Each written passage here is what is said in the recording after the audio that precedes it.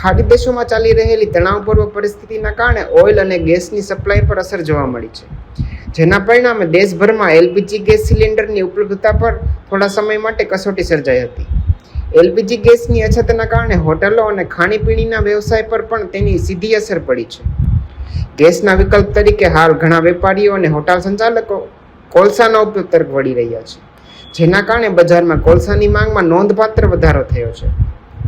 જોકે માંગ વધવા છતાં કોલસાના ભાવમાં હાલ કોઈ ખાસ વધારો થયો નથી. વેપારીઓના જણાવ્યા મુજબ બજારમાં હાલ ભાવ સ્થિર છે. ત્યારે ગેસ સપ્લાય ક્યારે સામાન્ય થશે તે અંગે વેપારીઓ અને લોકોમાં રાહ જોવાઈ રહી છે. યુદ્ધ થયું છે એનાથી શું છે કે ગેસની સપ્લાયમાં થોડો પ્રોબ્લેમ આવ્યો છે. બાકી એમ કોલસા તો આપણી પાસે છે.